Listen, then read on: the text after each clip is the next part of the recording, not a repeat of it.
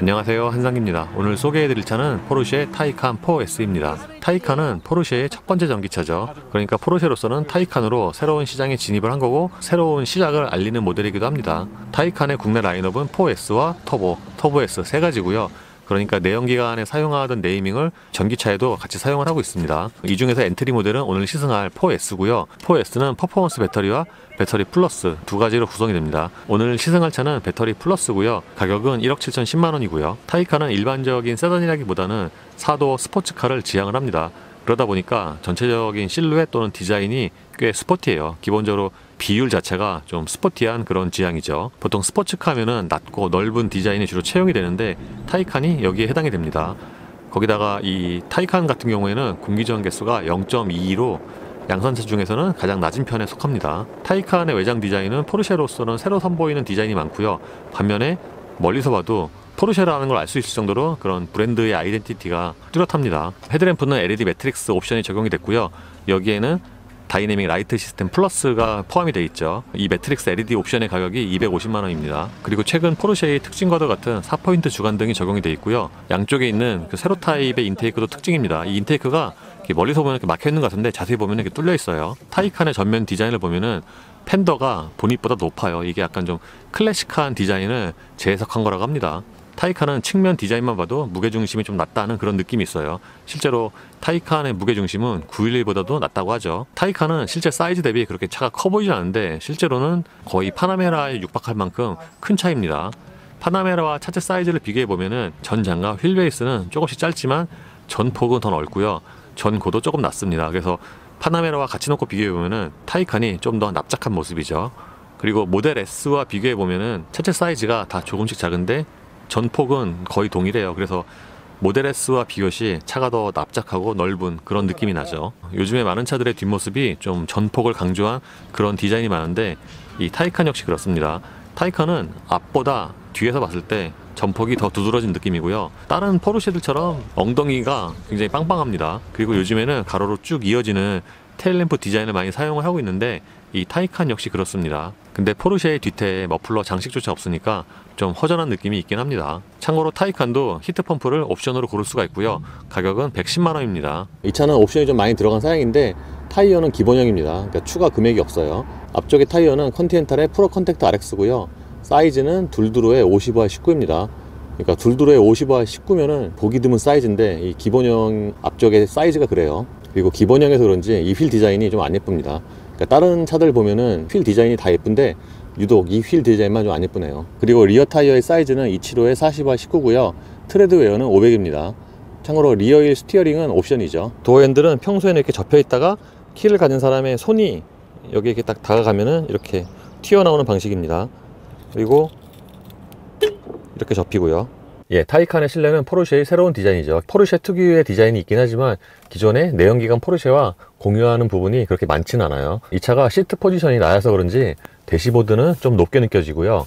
그리고 앞쪽으로 좀 쭉 뻗어 있습니다. 내장재는 전반적으로 괜찮은 편인데 가격을 생각을 하면은 좀 아쉽다고 느낄 수도 있습니다. 예를 들어서 대시보드 저 바깥쪽의 경우에는 단단한 플라스틱이고요. 요즘에 폭스바겐 아우디 또는 포르쉐 보면은 실내에 하이그로시가 좀 많이 쓰였는데 이 차 역시도 그렇습니다. 계기판이라든가 대시보드, 공조장치 쪽에 하이그로시가 좀 많이 쓰였죠. 참고로 실내는 시트를 제외를 하면은 가죽이 없습니다. 모니터는 10.9인치 와이드 타입이 적용이 됐고요. 이게 디자인 때문에 그런지 10.9인치라는 사이즈 대비해서 모니터 사이즈가 좀 작아 보여요. 이 모니터의 위치도 약간 좀 낮게 느껴지고요. 그러니까 모니터를 바라보는 시선이 좀 밑으로 내려갑니다. 참고로 타이칸은 실내에 물리 버튼이 거의 없어요. 다른 포르쉐들 보면은 요즘에 다른 신차들에 비해서 물리 버튼이 좀 많은 편인데 이 타이칸은 물리 버튼을 거의 없앴습니다. 그러니까 공조장치 밑에 비상등만 제외를 하면은 물리 버튼이 거의 없어요. 그러니까 이 모니터도 전부 다 터치 스크린으로 조작을 하죠. 설정으로 들어가면은 이런 메뉴가 나오고요.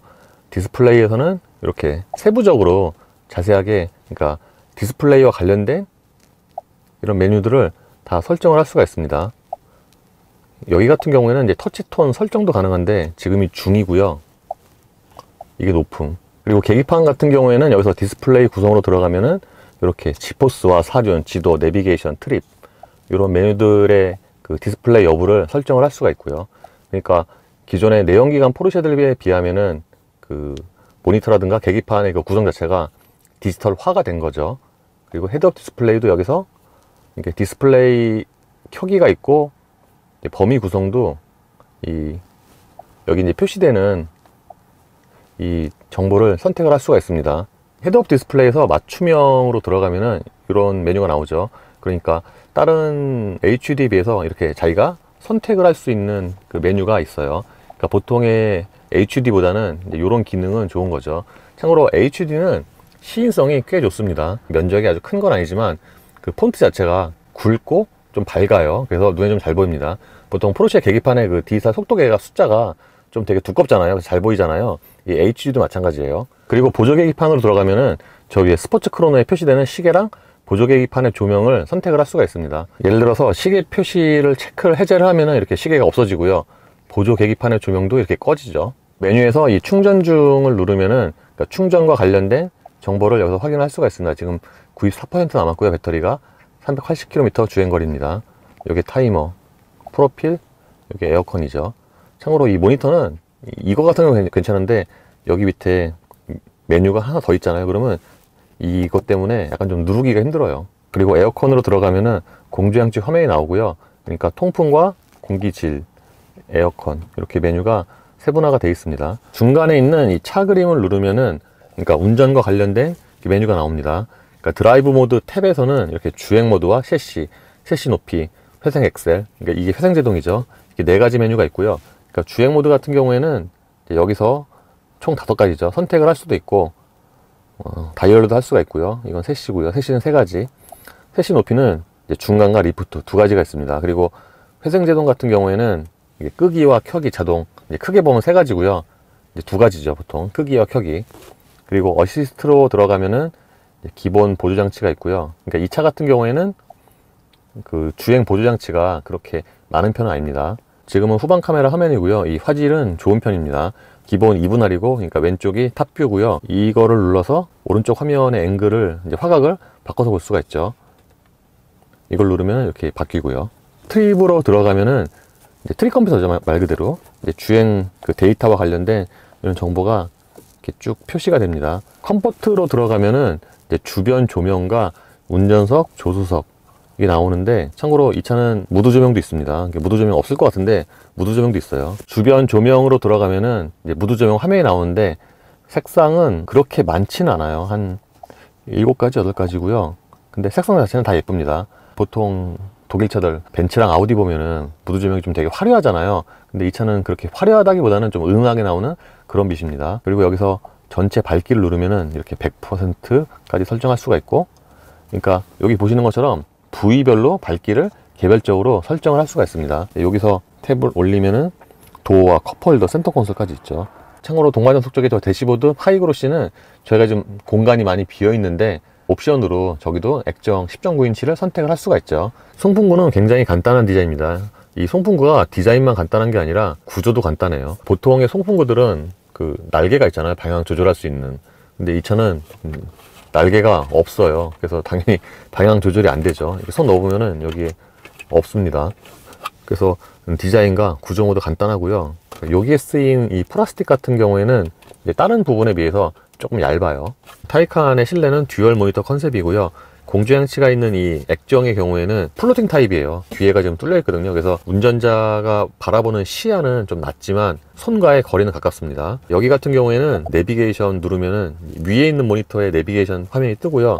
이건 음악, 전화, 이게 설정입니다. 기본적으로 여기는 공조양치 화면이고요. 그러니까 이걸로 이 온도를 조절하고, 이거는 바람 세기입니다. 동기화가 있고요. 컵홀더는 앞뒤로 하나씩 있는 방식이고요.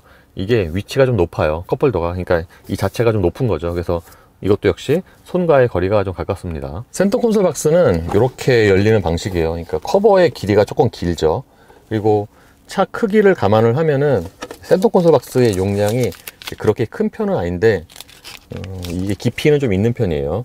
그리고 이 안쪽에는 USB 단자 2개가 있고요. 실내는 많은 부분이 새로운 디자인인데 이 운전대는 기존의 포르쉐 또는 911과 많이 흡사합니다. 911처럼 또는 스포츠 성향이 강한 차들처럼 이 운전대의 각도가 거의 90도로 서 있는 편이고요. 림에 씌워진 가죽은 조금 얇아요. 그래서 잡아보면은 림 자체가 약간 좀 단단합니다. 차 크기 대비해서 림의 두께는 조금 얇게 느껴지고요. 내장재가 911보다 좋다고 느낀 것 중에 하나가 이 스포크에 있는 플라스틱인데, 그러니까 기본적으로 이 플라스틱이 조금 더 좋기도 하지만 뭔가 그 조립 마무리가 더 좋은 것 같아요. 911보다. 911 같은 경우에 잡으면은 이렇게 살짝만 힘을 줘도 되게 뿌직 소리가 나는데, 이 차 같은 경우에는 이제 소리가 거의 없죠. 그리고 911 시승기 때 말씀을 드린 것처럼 이 포르쉐의 새 스포크 디자인은 이게 꽤 멋진 것 같아요. 여기가 위아래로 이렇게 뚫려 있어 갖고 스포티하면서도 좀 미래적인 그런 느낌이 납니다. 다른 포르쉐들처럼 스포크에 있는 버튼들의 크기는 좀 작은 편이고요. 드라이브 모드는 여기 있습니다. 다이얼 방식으로. 그리고 운전대 조절은 전동이고요. 계기판은 풀 디지털이고요. 그 화질도 꽤 좋습니다. 그리고 디지털로 바뀌면서 여기서 보여지는 정보도 훨씬 많아졌고요. 근데 이 계기판의 기본적인 디자인은 이제 전통적인 포르쉐와 굉장히 많이 흡사합니다. 911과 이렇게 5개의 원이 겹쳐진 것 같은 이 디자인은 좀 전통적인 그런 911을 연상케 하죠. 이 가운데에서는 항상 속도계가 표시가 되고요. 아까 말씀을 드린 것처럼 저 디지털 속도계 숫자가 좀 진해 갖고 크기는 작지만 좀 잘 보입니다.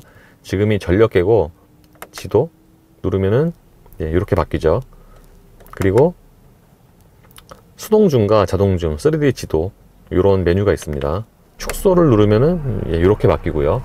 참고로 크게 보면 3분할인데 각각의 원은 이렇게 주행 모드나 미디어 정보, 여기에 표시되는 정보를 선택을 할 수가 있습니다. 그러니까 여기서 내비게이션을 띄울 수도 있고요. 또는 주행거리, 또는 스포츠 크로노, 이렇게 정보를 선택을 할 수가 있습니다. 그리고 오른쪽의 경우에는 지금 이제 타이어 공기압이고요. 여기서 사륜이나 또는 지포스 이렇게 정보를 선택을 할 수가 있습니다. 다른 포르쉐와 인터페이스가 달라진 게 여기 있는 아이콘들인데, 보통은 이 버튼들이 센터페이스에 있잖아요. 다른 포르쉐는. 근데 여기에 계기판 한쪽에 있습니다. 전자장비 해제와 스포츠 플러스 댐핑, 그리고 차고 조절입니다. 요거는 단축키 설정이고요. 그리고 왼쪽 구석에는 등화류와 관련된 아이콘들이 있습니다. 이것도 보통은 다이얼이나 버튼식인데 이게 계기판의 아이콘으로 바뀌었어요. 참고로 전원 또는 시동 버튼은 포르쉐의 전통대로 왼쪽에 있습니다. 이렇게 전통을 살려서 왼쪽에 있는 건 좋은데, 저 전원 버튼이 진짜 딱 너무 가전제품의 전원 버튼 같이 생겼어요. 실내에서 새로운 인터페이스 중 하나가 이 기어 레버인데, 기어 레버의 위치가 기존의 포르쉐와는 좀 많이 다르죠. 기존의 포르쉐는 다 기어 레버가 센터페시에 있었는데, 이 타이칸은 이 계기판 밑에 쪽에 있습니다. 근데 이 디자인 자체는 이제 911과 거의 같아요. 911 것을 그냥 위치만 바꾸는 게 아닌가 싶습니다. 인터페이스는 되게 간단합니다. R&D는 위아래로 이렇게 한 번씩 움직이면 되고요.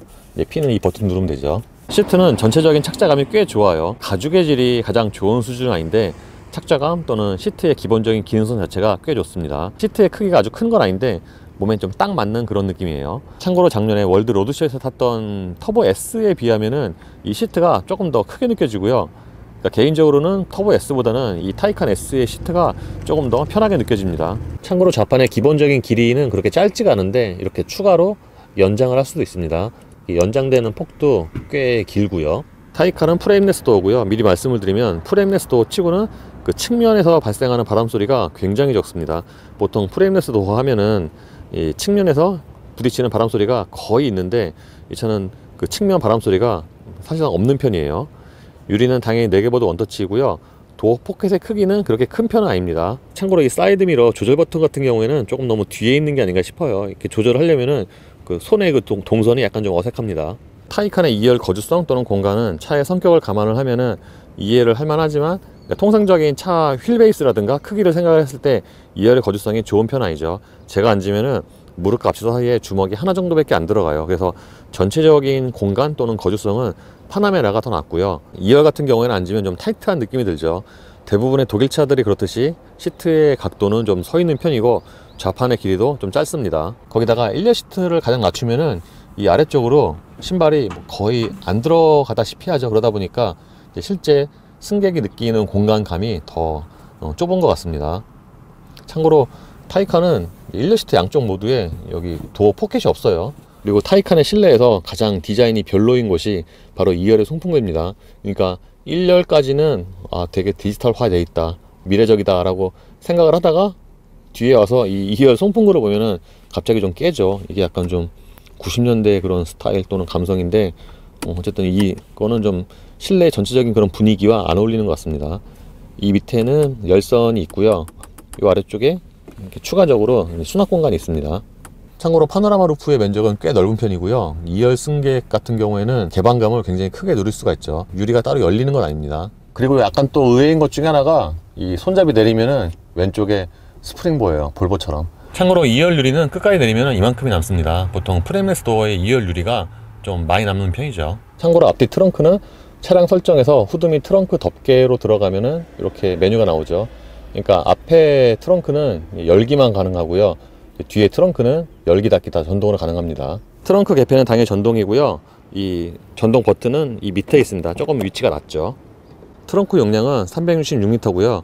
그러니까 이게 들어가는 입구가 그 폭이 좀 넓어서 그렇지 실제 그 용량 자체가 크진 않죠. 366L면 대략 C세그먼트 해치백과 비슷한 트렁크 용량이 아닌가 싶습니다. 트렁크 양쪽에는 이렇게 수납 공간이 있고요. 왼쪽에는 이렇게 그물도 있죠. 그리고 이쪽에는 추가적으로 12V 단자도 있고요. 앞쪽의 트렁크 용량은 국내 기준으로 84L고요. 그러니까 전기차의 앞쪽 트렁크 치고는 그 용량 자체는 괜찮은 편입니다. 예, 시동을 켜는 거는 다른 전기차와 동일합니다. 전원 버튼을 켜는 개념이죠. 엔진을 거는 게 아니라 시동 버튼은 다른 포르쉐처럼 이쪽 왼쪽에 있고요. 이렇게 누르면은 이제 전원이 안 걸리고요. 브레이크 페달을 밟아야 됩니다. 그러면은 이렇게 레디 상태가 되죠.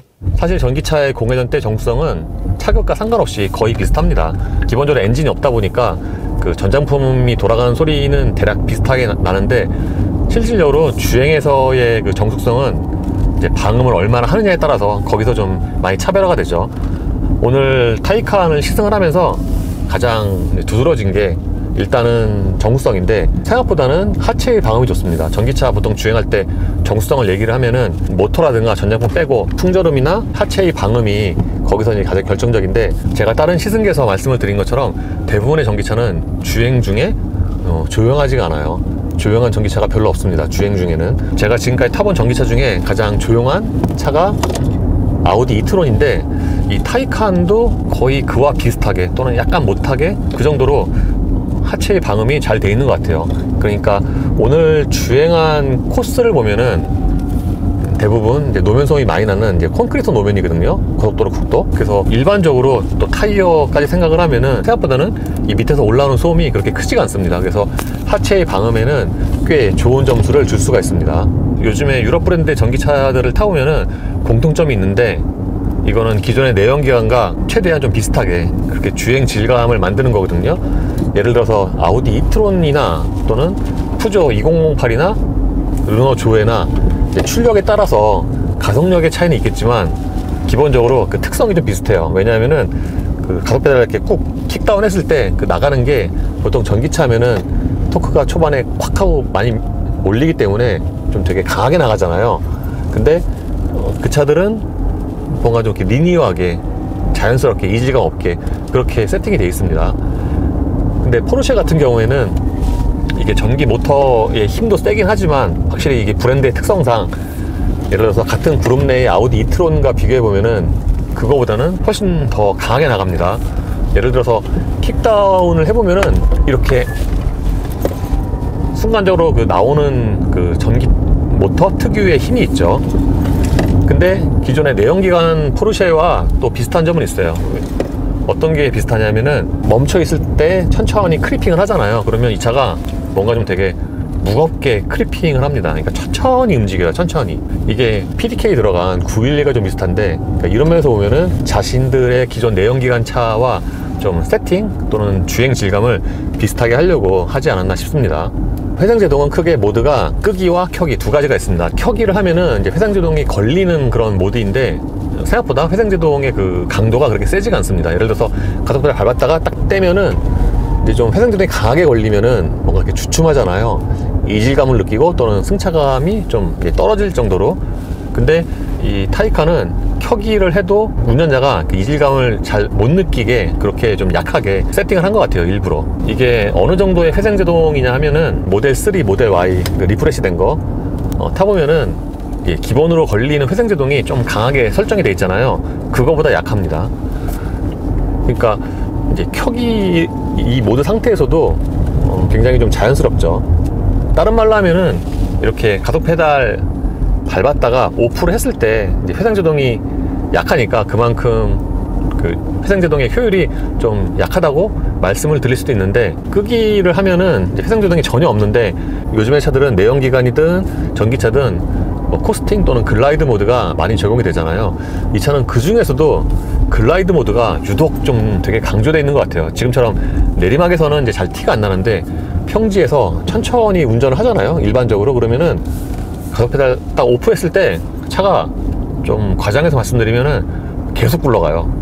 뭐 저항이 아무것도 안 걸린 것처럼 막 계속 그냥 떼굴떼굴떼굴 굴러갑니다. 진짜 저항이 뭐 거의 없는 그런 느낌이죠. 그래서 그런 면에서 보면은 또 주행거리를 실제 운전할 때 좀 많이 늘릴 수 있는 그런, 또는 배터리를 많이 좀 보존할 수 있는 그런 모드가 아닌가 싶습니다. 처음에 저 운전할 때 이게 좀 계속 굴러가 갖고 뭐라고 그러죠? 약간 오히려 좀 이질감이, 보통 이제 전기차 타면은 회생제동이 강하게 걸리니까 거기서 이질감이 있는데, 이 차는 이제 끄기 모드에서 너무 계속 굴러가서 그것 때문에 또 약간 이질감이 있더라고요. 아이오닉 5 시승기에서 말씀을 드린 것처럼 그 차가 다른 차들에 비해서 가속 페달 오프했을 때 글라이드 모드가 조금 강조가 돼 있어요. 그래서 그때 그렇게 말씀을 드렸는데, 이 타이칸은 그 아이오닉 5보다 가속 페달 오프했을 때 글라이드 모드가 더 오래 유지가 되는 것 같아요. 그래서 보통의 차들은 가속 페달 오프를 하면은 이제 천천히 감속이 되잖아요. 그리고 어느 정도 되면은 이제 속도가 많이 줄고, 근데 이 차는 제가 이렇게 알고 있는 또는 인식하고 있는 그런 감속량보다 훨씬 적기 때문에 실제 운전할 때 배터리 보존이 더 많이 될 것 같습니다. 실제로 뭐 상황에 따라서 다르긴 하겠지만 회상제동을 켰을 때보다 더 효율이 좋다고 합니다. 그리고 타이칸의 장점 중에 하나 승차감인데, 포르쉐가 표방하는 전기차지만 4도어 스포츠카니까 뭔가 좀 되게 단단하고 승차감도 좀 떨어지고 뭐 그렇게 생각을 하실 수, 또는 인식을 할 수가 있는데, 실제로는 승차감이 상당히 좋습니다. 아우디 이트론이 제가 타본 전기차 중에서 가장 좋다고 말씀을 드렸는데, 그거보다는 조금 못한 정도? 아까 시내에서 뭐 둔떡 같은 거 넣어올 때 리어 서스펜션이 넘었다가 떨어질 때 그 여진이 그렇게 많지가 않아요. 그리고 지금 같은 와인딩에서 두드러진 것 중에 하나가 타이어의 그립인데, 정확히는 서스펜션과 같이 맞물린 타이어의 그립이죠. 그립이 정말 좋습니다. 이것도 코너에 진입을 하잖아요. 그러면은 이제 보통 상식적으로 차가 좀 이렇게 많이 기울잖아요. 근데 이 차는 그런 기울어짐보다 훨씬 적게 차가 기울어집니다. 그래서 어지간한 코너는 이렇게 돌아도 뭔가 느낌이 굉장히 안정적이에요. 그러니까 차체 자체가 이렇게 많이 안 기울어지니까 운전자가 느끼는 그런 심적인 불안함이 좀 적죠. 그리고 코너 돌아보면은 타이어의 그립이 되게 좋구나 라는 생각이 듭니다. 그에 반해 이 차가 아무래도 좀 그 차가 좀 무거워서 그런지 지금처럼 내리막에서 조금 코너를 빨리 돌면은 생각보다는 그 타이어의 스키드음이 좀 빨리 발생을 해요. 지금 끼고 있는 타이어가 기본형 둘드로의 55R 사이즈인데, 그러니까 엔진 출력을 생각을 하면은 앞 타이어가 둘드로니까 그 폭이 좀 좁죠. 그래서 헤어핀이나 코너 빠져나갈 때 스키드음이 좀 빨리 나는 이유인 것 같기도 하고요. 차가 좀 무겁다 보니까 그 무게가 약간 좀 부담되는, 다른 말로 하면은 이 타이칸 4S만 해도 이거보다는 조금 더 넓은 타이어가 더 적당하지 않을까, 운동 성능으로만 보면은 생각이 됩니다. 그러니까 킥다운 정도를 제외를 하면은 주행 감각은 굉장히 좀 자연스럽습니다. 기존의 내연기관 고객들이 첫 전기차로 타이칸을 선택을 해도 크게 이질감이나 또는 부담이 없도록 그렇게 세팅이 된 것 같아요. 이런 이제 기본적인 컨셉은 아우디 이트론과 비슷한 것 같은데, 브랜드의 성격상 운동 성능이 조금 더 강조가 됐고 소리도 좀 더 강조가 됐죠. 예를 들어서 아우디 이트론 같은 경우에는 이 타이칸처럼 이 모터 소리 또는 가상 사운드가 이렇게 강조가 되진 않은데, 이 차는 그런 사운드가 좀 강조가 되어 있어요. 그러니까 타이칸은 하체 방음이나 이 풍절음은 굉장히 적은 대신에 가상 사운드, 이게 조금 더 강조가 되어 있죠. 그래서 지금처럼 가속 페달 많이 안 밟고 또는 일반적으로 운전을 해도 요 앞쪽에서 들리는 우웅하는 소리, 그 특유의 전기차 소리, 그게 조금 더 다른 전기차 대비해서 좀 크게 들리긴 합니다. 물론 이 소리 같은 경우에는 드라이브 모드나 스로틀 얼마나 밟느냐에 따라서 소리가 좀 달라지긴 합니다. 예를 들어서 지금까지는 노멀 모드였고 스포츠 플러스로 바꾸면은 이렇게 소리가 좀 다르죠. 음색이. 이게 평상시에 이렇게 달리잖아요. 그러면 이게 약간 좀 엔진 사운드 같기도 해요. 또 특정 상황에서는 뭔가 그 터빈이 공기 빨아들이는 소리 이렇게 들리기도 하고요. 이거 역시도 이제 최대한 내연기관의 감성을 살리려고 이렇게 세팅을 한 것 같습니다. 스포츠 플러스에서는 당연히 다른 내연기관들처럼 가속 페달의 초기 반응, 실제 그 가속감도 더 빨라지기도 하지만 이 소리라든가 이런 초기 반응이 더 민감해지고요. 그리고 다른 전기차 대비해서 이렇게 천천히 멈추잖아요. 그럼 그럴 때 그 브레이크 쪽에서 발생하는 소리가 좀 꽤 큰 편이에요. 진짜 딱 감속을 하고 있다, 제대로 브레이크를 밟고 있다 라고 인식을 할 수 있을 정도로 소리가 되게 우웅하고 크게 발생을 합니다. 그러니까 이게 아무래도 속도가 외부 소음이 줄어드니까 더 크게 들리긴 하겠지만 이렇게 멈출수록 소리가 점점 커지죠. 요거는 이제 좀 이질감이 있을 수도 있어요. 기존의 포르쉐처럼 오토홀드는 브레이크 페달을 조금 깊게 밟으면 실행이 됩니다. 요 계기판 가운데에 홀드라고 녹색으로 뜨죠. 그리고 지금처럼 이제 조금 빨리 달리는 경우에 이렇게 멈춰 있으면 한동안은 그 전자부품 돌아가는 소리가 좀 크게 들리고요. 그리고 브레이크 페달에서 발을 떼고 가속 페달 밟으면은 이제 홀드가 풀리는데, 이 오토홀드가 풀리는 그 소리가 조금 큰 편이에요. 확실히 이렇게 부드럽게 출발할 때는 그 전장부 소리가 이게 의도된 세팅이긴 한데 다른 차들에 비하면은 좀 더 크게 세팅이 되어 있어요. 그래서 요 소리만 들으면은 볼륨이 큰데 하체의 방음, 풍절음까지 포함을 하면은 이 차는 조용한 전기차라고 표현할 수가 있습니다. 이 차가 이제 옵션으로 유리가 더 비싼 그 옵션으로 들어갔는데 그래서 그런지 바람 소리가 굉장히 적게 들립니다. 카이엔 같은 경우도 옵션으로 방열, 방음 유리 넣으면은 바람 소리가 진짜 굉장히 적거든요. 이 타이칸 4S도 거의 그와 비슷할 정도로 풍절음이 적습니다. 특히 전면에서 들리는 풍절음. 참고로 이 차는 2열까지 이중접합인데 이중접합 치고도 그 뒷유리의 그 유리 두께가 조금 두꺼운 편이에요. 타이칸 4S는 앞뒤 엑셀에 전기 모터가 하나씩 있고요. 그래서 사륜 시스템인데 엔진 내연기관의 사륜과는 좀 의미가 다르긴 합니다. 어쨌든 타이칸 4S는 이렇게 노멀 모드 기준으로 천천히 달리잖아요. 그러면 기본 앞뒤 토크 배분이 9대1 정도가 되는 것 같아요. 그러니까 이렇게 천천히 달려도 기본으로 앞쪽으로 조금씩 갑니다.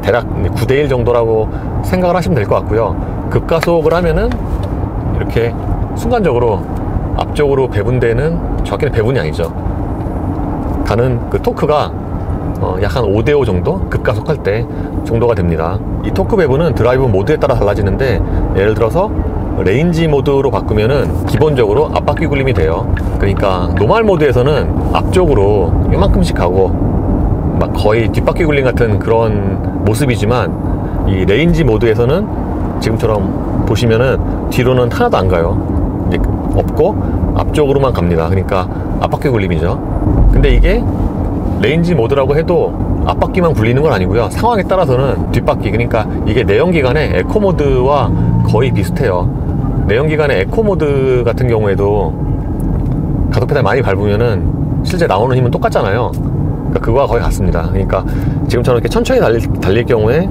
정말 앞바퀴 굴림처럼 딱 앞으로만 동력이 이제 굴러가는데, 이게 오르막이라든가 또는 급가속을 하면은 노멀 모드처럼 앞뒤로 거의 비슷하게 토크가 배분이 됩니다. 지금도 감속을 하면서 브레이크 페달 밟고 약간 언덕이니까 순간적으로는 레인지 모드지만 뒷바퀴로 동력이 더 많이 가고요. 이 차도 아우디 이트론처럼 물론 이게 노면에 따라 좀 다르긴 하겠지만 조금 뭐 안 좋은 노면에서 운전대로 떨림이 있어요.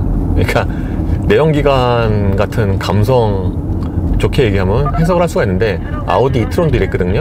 저랑 유청희 씨가 총 201.9km를 주행을 했어요. 둘이 나눠서. 남은 주행거리는 242km고요. 저희가 오늘 아까 점심때 출발했을 때 잔여 가능한 거리가 390km였는데, 그러니까 201km 주행하고 대략 한 150km 정도가 줄었네요. 이거는 모든 전기차들에게 해당되는 얘기긴 한데, 이렇게 운전을 하면은 실제 그 공인 주행 거리보다 더 주행 거리가 길게 나오죠. 이 차 같은 경우도 이렇게 딱 기계적으로 만약 계산을 하면은 실제 주행 거리보다는 더 길게 갑니다. 예를 들어서 이 차 공인 주행 거리가 배터리 플러스라고 해도 300km가 안 되잖아요. 근데 지금 203.4km를 주행을 했는데 배터리 남은 잔량이 56%예요.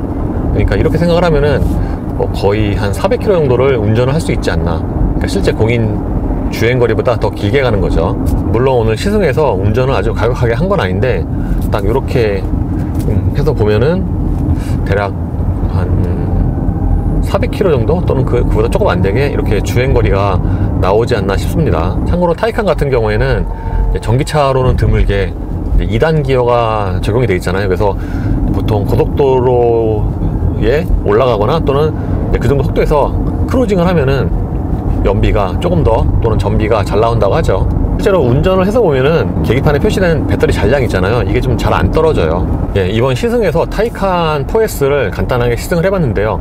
이 차는 장점과 단점이 좀 뚜렷하죠. 장점으로는 포르쉐다운 운동 성능과 가속력, 특히 이 차는 포르쉐다운 운동 성능을 갖고 있으면서도 내연기관 고객들이 곧바로 적응할 수 있을 만큼 굉장히 좀 자연스러운 그런 주행 성능을 확보를 했습니다. 이런 부분은 이 타이칸이 갖고 있는 장점이라고 하겠죠. 그래서 제가 전에 말씀을 드린 것처럼 이 차는 포르쉐가 만든 새로운 차인데 전기로 가는 포르쉐, 이런 표현이 조금 더 어울릴 것 같아요. 그리고 이 차 기준으로 말씀을 드리면은 방음이 꽤 좋은 편에 속하고, 참고로 드라이브 모드를 바꾸면은 이제 댐핑도 같이 단단해지잖아요. 단단해지긴 하는데 이게 단단해져도 승차감이 괜찮습니다. 포르쉐에 따른 내연기관만큼 이 드라이브 모드에 따른 댐핑의 차이가 아주 그렇게 큰 것 같진 않아요. 물론 스포츠 플러스에서 노멀로 바꾸면은 좀 약간 부드럽네 라는 느낌이 들긴 하지만 아주 이렇게 드라마틱하게 굉장히 하체가 단단해지거나 그렇진 않습니다. 단점으로는 역시 주행거리가 있죠. 제가 주행거리 공인보다 길다라고 말씀을 드렸는데 그래도 짧은 건 짧은 거죠. 이 차가 특히 배터리 용량을 생각을 하면은 주행거리가 좀 많이 아쉬운 편입니다. 배터리 플러스의 경우에는 배터리 용량이 90이에요. 그러니까 그 배터리 용량 대비 국내 공인 주행거리 생각을 해보면은 이게 좀 300이 안 되니까 좀 이렇게 많이 아쉬운 거죠. 물론 포르쉐의 브랜드 밸류가 있고 이 차의 성격을 감안을 해도 주행거리가 아쉬운 거는 좀 사실입니다. 참고로 타이칸 4S는 배터리 플러스 선택을 하면은 그게 950만 원이거든요. 옵션 가격이. 근데 그게 그렇다고 해서 주행거리가 막 100km씩 늘어나고 그런 건 아니어서, 그러니까 가성비로 따지면은 배터리 플러스가 가성비 면에서 좀 아쉬운데, 어쨌든 아직까지 전기차는 이제 주행거리가 가장 큰 미덕이어서 이런 면에서는 좀 아쉬운 부분이 있긴 합니다. 그리고 사소한 단점이긴 한데 저 비필러 또는 도어 트림 쪽에서 잡소리가 좀 있고요. 저 플라스틱 좀 부딪히는 소리, 따닥하고 그 소리가 간헐적으로 좀 자주 들립니다. 그리고 이 차가 승차감이 분명히 좋은 건 맞는데 좀 움푹 패인 곳이나 과속 방지턱 같은 거 넘어갈 때 그때 이제 서스펜션이 딱 그 치는 소리 있잖아요. 텅 하고 약간 이렇게 울리는 소리, 그 소리가 다른 차들 대비해서는 실내로 들어오는 음량이 좀 있는 편이에요. 그래서 그 민감하신 분들은 그 소리 좀 신경이 쓰일 수가 있습니다. 포르쉐의 경우에는 EPS라고 해도 조향 감각이 진짜 가장 좋은 수준인데, 내연기관에서는 이 타이칸 같은 경우에는 막 와인딩에서 막 이렇게 저렇게 조향을 하잖아요. 그러면 특정 순간에 이게 약간 좀 이렇게 어색할 때가 있습니다. 참고로 없을 것 같은데 무드조명도 있어요. 뭔가 타이칸에는 무드조명 같은 거 안 키울 것 같은데 무드조명도 생각보다는 꽤 있습니다. 전반적으로 뭐 전기차에서 기대할 수 있는 뭐 성능 장점들은 잘 가지고 있는, 그리고 그런 것들을 활용하기가 좋은 그런 특성들을 가지고 있어서 운전자 입장에서는 상당히 좀 만족스러운 면도 있습니다. 하지만은 조금 좀 아쉬운 부분들도 있기는 한데요. 그거는 뭐 타이칸에서 특별히 아쉬운 점이라기보다는 내장재의 조립이라든가 그런 부분들, 또 내장재의 재질감, 그런 부분들이 좀 아쉬운 면이 있고요.